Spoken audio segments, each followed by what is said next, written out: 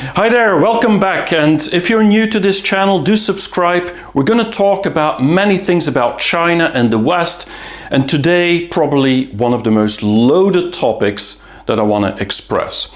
And this is about the fact that Chinese are saying that the West is using double standards. And what does this mean? Well, in my book, Can We Trust China, which came out in June 2022, I've spent about 20 pages to explain how polarized the world has become. I call that the dual perspective. I call that the dual perspective because both of us in the West and in China, we're starting to see the other party as having double standards. And so I want to go through this. Now, in my book, I took 9 statements that we in the West often blame China for double standards. We're basically saying that the Chinese are one of the countries and nations that is stealing more than anyone else in the world. They're lying, they're spying. One of the most unfair competitions that they're doing by having the government support many of their industries. We're talking about a very dangerous superpower building up its military might.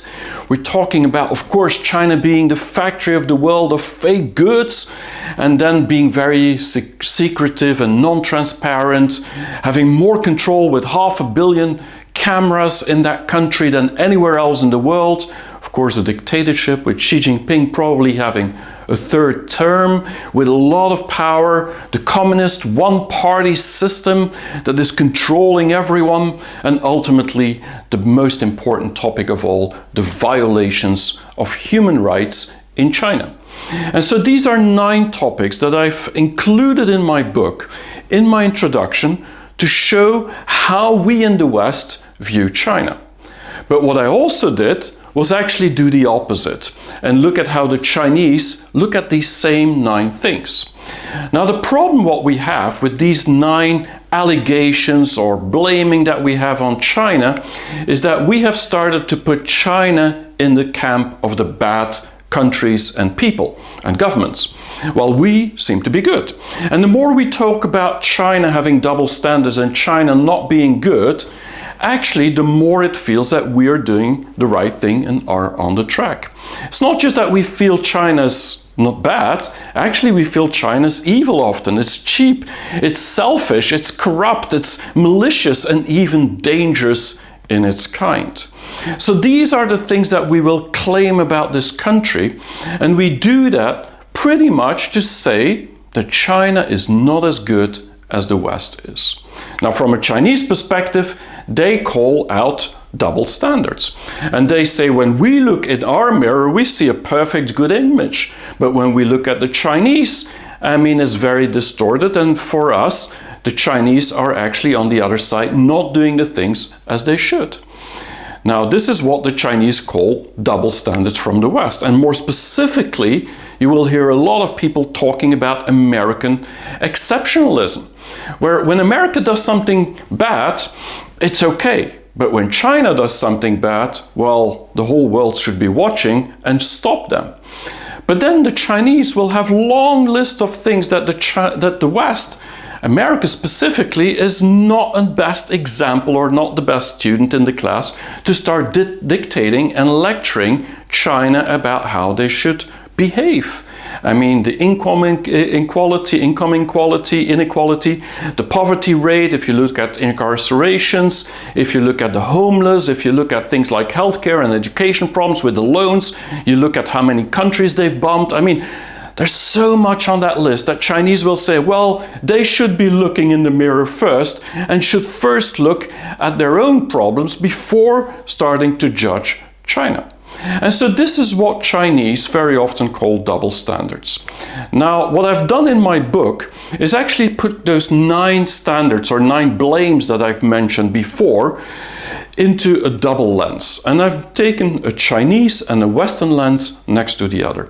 Because we as Westerners, and I'm a Westerner, we often know the Western lens. We know these 9 things. We know about the dictatorship, we know about the unfair, about the superpower, we know about all these things like fake products and so on, and cheap products and lying and stealing. But do we know how the Chinese look at this themselves.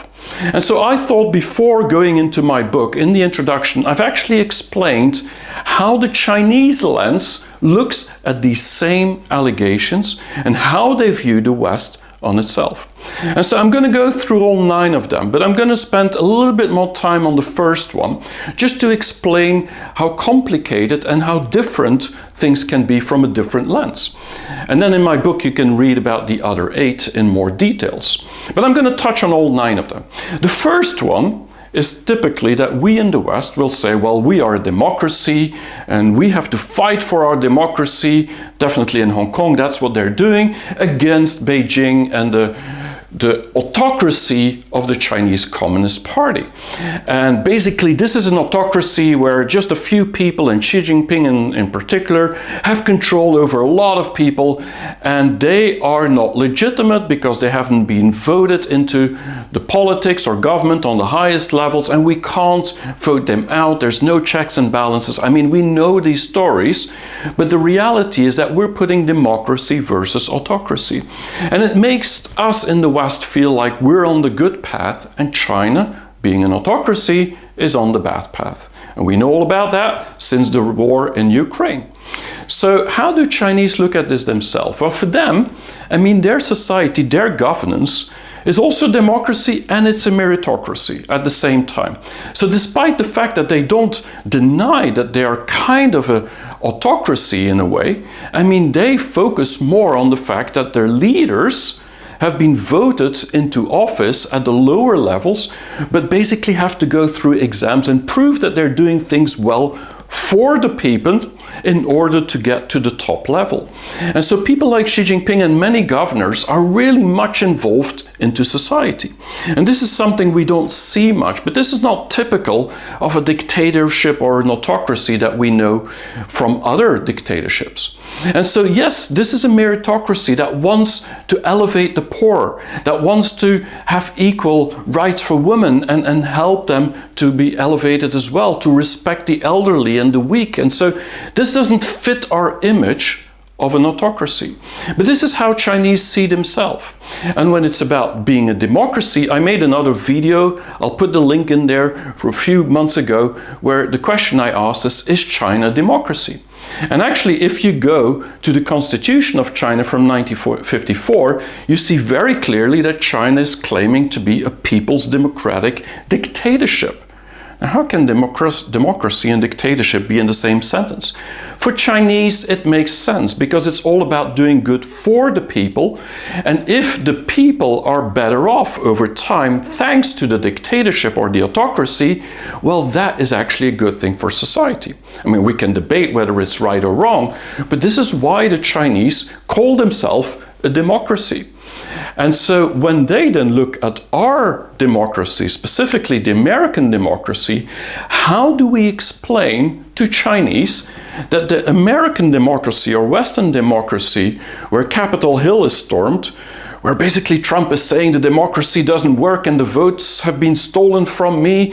I mean, how can we claim that this is a better democracy model or democratic model than the one that China claims to be?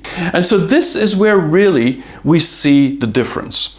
And I would say we have to look at trends more than at polarizing things. But I do this polarization on purpose now to show how polarized the world has become.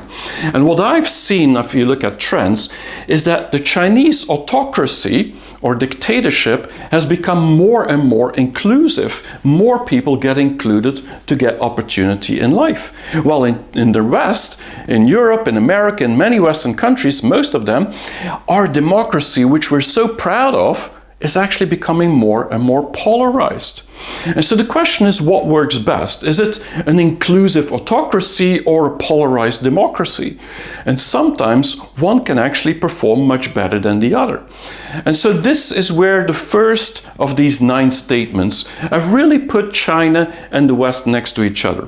And when you look at the blame that we're giving to China, saying we're a democracy and China claims to be for the people, but reality is they're actually an autocracy and this ideology is not compatible with ours, then we are putting our democracy as good and the autocracy of China as bad. This is what we do in the West. And then the Chinese themselves, as I just explained, look at our democracy as very undemocratic because it's based on a system and not based on results or success very often. And so China claims that the West doesn't have a patent on democracy. And so this is one example of why the Chinese say the West has double standards. They talk about democracy, but actually it's not, and then they claim theirs is better than ours. Now, the second thing I want to talk about, I'm going to talk about all 9 very quickly, but now I'm going to go a little bit faster because I don't want to go into too much context, which I've explained in my book as well. If you take, for example, the second statement or blaming that we have against China, is that China claims to be open for business, but in reality, they're actually protective, they're copying, they're stealing, they're lying. I mean, Huawei has been judged for all 3 of them. And so this is a double standard from a Western lens, Western perspective. While we in the West, we want to do fair business, and that's why we have all these laws to make sure that everybody is protected.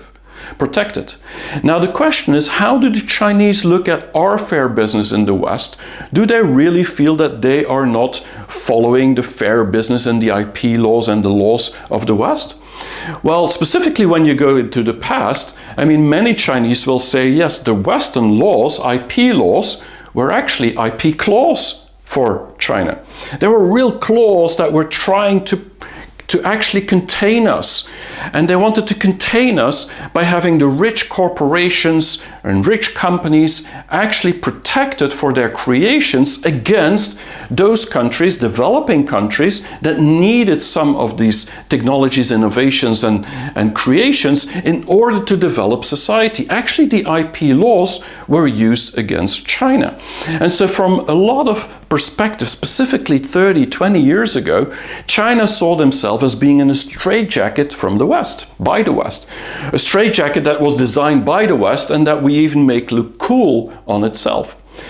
And then, of course, if that doesn't work anymore, like with Huawei, what we do, well, we simply feel the laws don't work. We will add new laws like national security laws, and now suddenly Huawei is out of many Western markets, not because they're not abiding to certain laws, but because they've become so powerful that actually Huawei is using the laws against their competitors in the rest of the world, and they're better at it very often.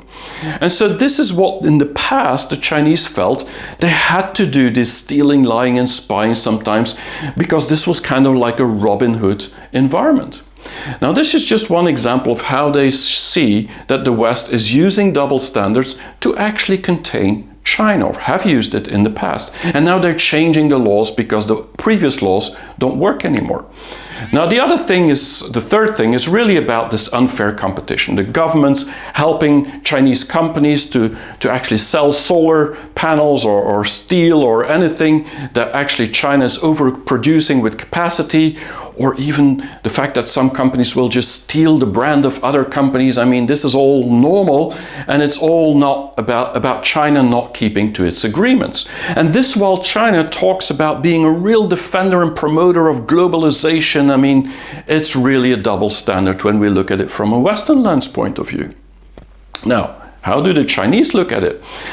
They look at what we call international order, very different from how we look at it. Because we often say China should be according to the international order and international laws and agreements, and they're not keeping to these agreements. But from a Chinese point of view, these laws are actually Western laws. They're not international laws. They used to be Western laws that made it into an international environment, but more and more, specifically in America, we're now talking about a rules-based order. Now, what is a rules-based order? It's not an international order. So this is an order that is based or defined by America. This is how Chinese look at it. And so because the international law doesn't work for America or in its benefit, in its advantage, because there's so many countries, and that means that all these countries now have a say, they don't get their will through anymore, or what they expect. And so now they call that the rules-based order, which is basically a Western order. And so from a Chinese point of view, the new international order is really about the West trying to change the laws to control China again, like they've done for many, many years. This is what Chinese call a double standard. Now, how about the fourth thing? I mean, if you look about the soft power that China has, I mean, this has been on the agenda specifically when it comes to Africa, the Belt and Road Initiative, I mean, the superpower in the South China Sea. I mean, we're starting to feel that yellow peril coming back again. While China claims to be promoter of world peace, reality is they're trying to get as much influence as they can and create maybe vassal states like Russia or in Africa or everywhere they could, because that's what they want. They want to control the rest of the world. They will be the new colonizers of the future. This is what people call double standards. They aim for soft power while they're talking about peace. But how do the Chinese look at the fact that we in the West, we claim that all the nations are one world order, an existing current world order, and that China is trying to change that world order to their benefit? This is how we view it in the West. We believe the world order is working very well. Well, the Chinese often say, yeah, it's working well for you. Is it working well for Africa? Is it working well for Asia? Is it working well for Latin America? Maybe it's not, because the world is changing and you don't want to change this world order. You still want to have the American hegemony to be in control over the world or the Western world order. And so they're looking at it very different. And so they see that we are still maintaining our what they call the colonialist mindset. And so even though we don't have colonies anymore after many years in the West, I mean, the reality is that the mindset has not changed. What that means is that we're still deciding and telling people in the developing countries how they should govern their environment, how their system should be, and we're still dividing up the world, maybe not in territory, but in what is possible and how the rules should be and so on. And so we're still lecturing China, we're still lecturing India, we're still lecturing Russia and many countries that we feel that are not part of this Western order. And so where China sees us more and more now today as Western imperialism, this is something that they see us like they used to see us before, when we actually had colonies or concessions in China, and where the Brits and the French and many people were not so nice to China back then, 150 years ago or 100 years ago. And so this is really where you could see that China feels we've not changed our mentality at all. We just are using different words. And this is what they call a double standard. We haven't changed the way that we want the world to look like us, like the West. Now, the other thing has to do with, of course, the factory of China, the cheap products. I mean, all of the ecological disaster and all the junk that is coming from China. I mean, they talk about an ecological civilization, and Xi Jinping will talk about, I mean, green and blue skies and blue water and whatever, but reality is they're the biggest polluter in the world. So they don't keep to their word, or at least they have a double standard because they are producing all these products. Now, we, on the other hand, in the West, and that's how many Westerners think, we're trying to be responsible nations, trying to be responsible corporations. That's why we have these ESG standards. We really want everybody to abide to a better future for humanity. While China claims it, but they're actually producing or polluting much. But how does China look at the fact that we claim to be responsible? Well, Chinese don't see us as responsible at all. I mean, they don't look at us as cheap producers, but cheap buyers. And the Chinese say, you get what you pay for. I mean, if you want good quality from China, we'll be more than happy to provide you good quality. Think about electrical vehicles, for example. We're more than willing to flood your market with high quality electrical vehicles or solar panels or whatever you need that is high quality. But no, you want to buy the cheap products from China. And you used to be the ones that set these factories here to export because it was cheaper, because our hands were cheaper than your hands. And so the reality is that they look at us polluting still much more in terms of population than China is, specifically the fact that China is producing for the world and not only for themselves. And so if you look at the US, I mean, they're the biggest user of resources in the world, with only 4 or 5% of the population of the world. And so this is the different mindset. So we are using double standards, according to the Chinese, that we claim that China is the polluter, but actually we've been creating all that pollution and we're not changing our consumer behavior. We can't expect that developing countries have to change their consumerist behavior because some of the people don't even have money to pay for food. How can we say you should be more spending less on consumerism? So this is the whole idea. Now the other thing which is very strong is about transparency, and this has to do with secrecy. And we often say that China, you can't trust the data, you can't trust what they say because they're not transparent, they're very secret, you don't know what's happening behind those closed doors, while they're talking about harmonious governance and living together and agreeing together. And so these are all just words, but the reality is that they won't share the things that they're doing behind the scene. And how do the Chinese themselves look at that then? Well, it's quite simple. If we look at our environment, we claim to be in the West a really transparent government. We want to share many things and we want to do checks and have certain people look up if everybody's actually doing things accordingly. And so this is really where we believe in the West that we are way more transparent than China is. And as a Westerner, it makes total sense when you hear these things. But then what is the Chinese view? Well, the Chinese view is that very often, we are just laying out and displaying all the emotional things that we think about in order to get more popularity. This is a popularity contest with governance. And so this is really about us claiming that we are open, but the reality, by being open, we just want to get more votes. We want to become more popular. We want people to like us because that is how we get voted into office. Trump is a very good example. But if you dare to say things about the government that they've been doing that wasn't right, that they didn't disclose, which wasn't transparent, like Assange did, then they'll just try and put you in prison, because that is not what you should be doing. And so this is what the Chinese call double standards.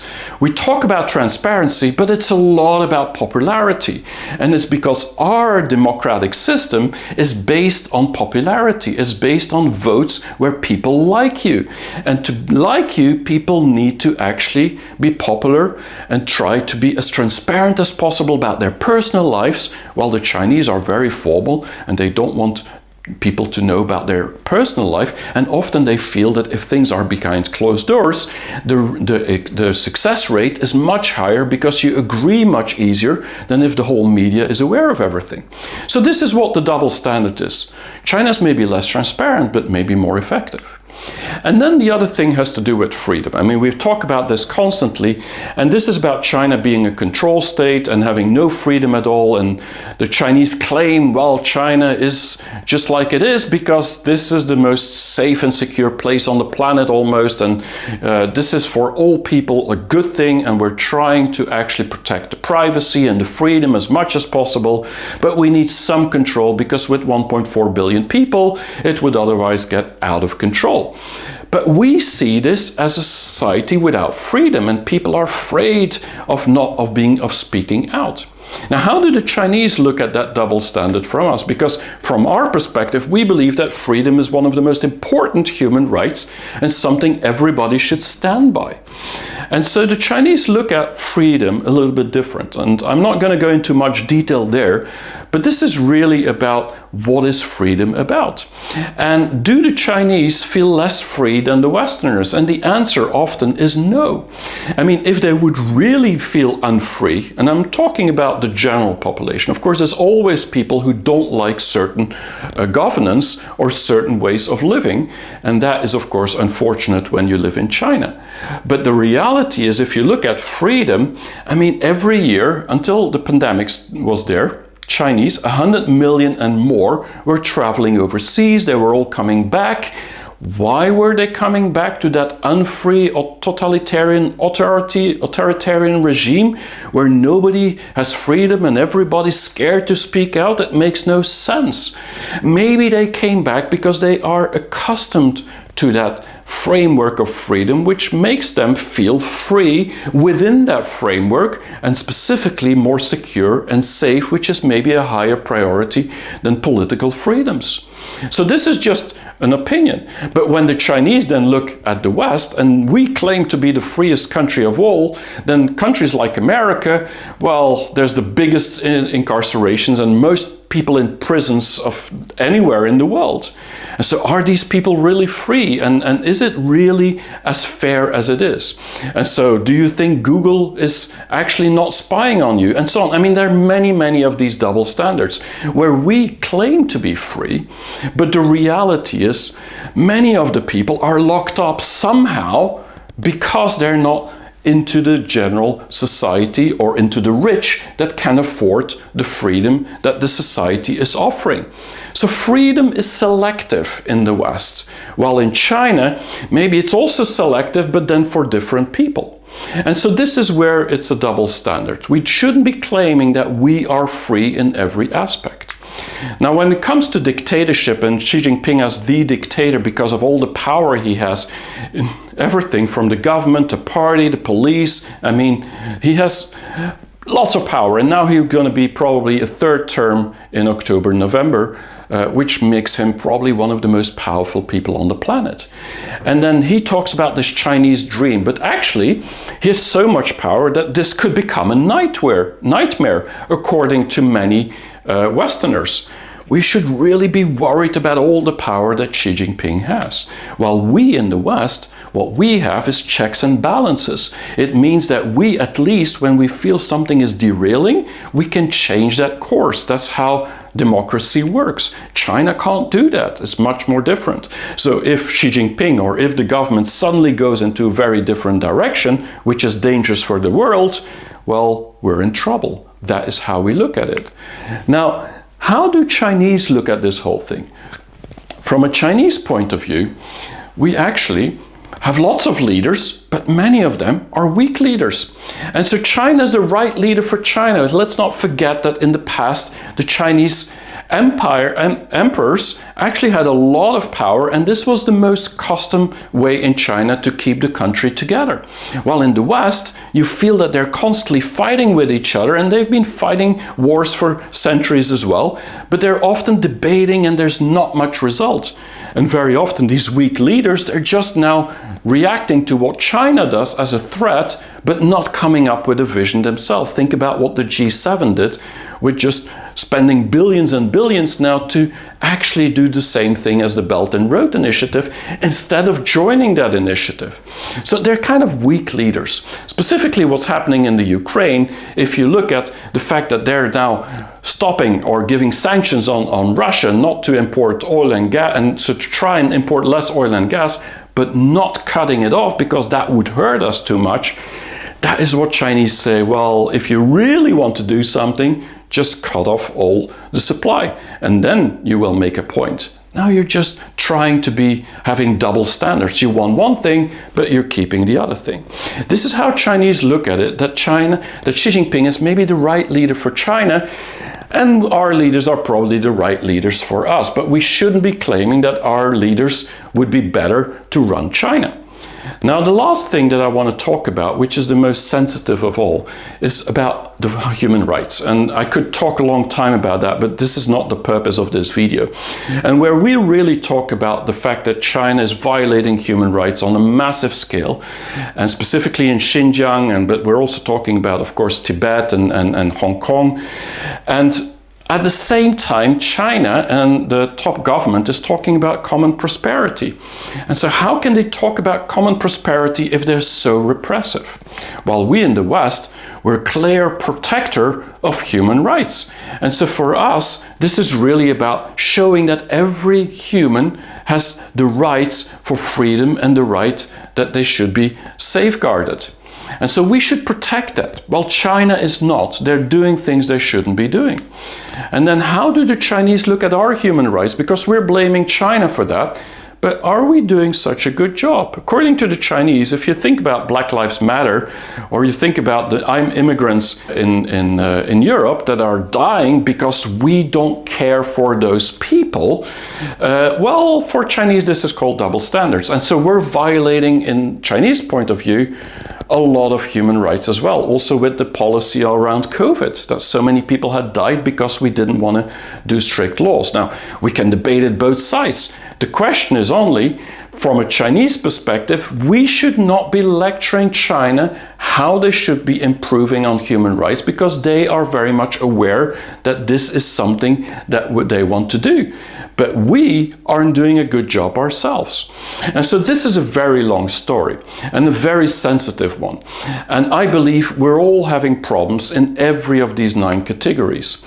And so the problem from my view is not so much the fact that China doesn't have double standards, or that the West doesn't have double standards. We all have double standards. But the problem is that in the West, we are claiming that we are critical and have to be critical about China by showing their double standards and by showing that all these words are not worth anything because the actions are different. While the Chinese, when they look at our standards, what they say is that instead of looking at China, we should look in the mirror, in our rear view mirror, look at ourselves, because we are not the critical West. We're the hypocritical West. We're the hypocritical West that claims to have higher moral standards and values than China, but the reality is we're not abiding to our own moral highs. And so from a Chinese perspective, and this is really the problem, the more that we actually claim that China is doing bad things, and we show that, but not reflecting on the things that we're not doing very well, the less that Chinese actually trust that we are an example for China and the world. And so what I did in my book is actually explain these 9 things next to each other. Not so much to polarize, although I really am polarizing in these 20 pages, but the idea is not to say we should polarize. The idea is to say that we have a very polarized world existing today. And so it's very important to depolarize. At the beginning, to do that, we need to understand that we all have double standards. And unless we understand that, we're never going to solve the problem, and the tensions are going to keep rising. The tensions are going to keep rising in that aspect that it could become very, very dangerous, because now the Chinese are getting worried about our double standards becoming the global standards, where they and the rest of the world, the developing countries, are not going to be part of in the future. And so the more we don't realize, or the less we realize, that the West is seen as having double standards from a Chinese perspective, the more dangerous the world will become.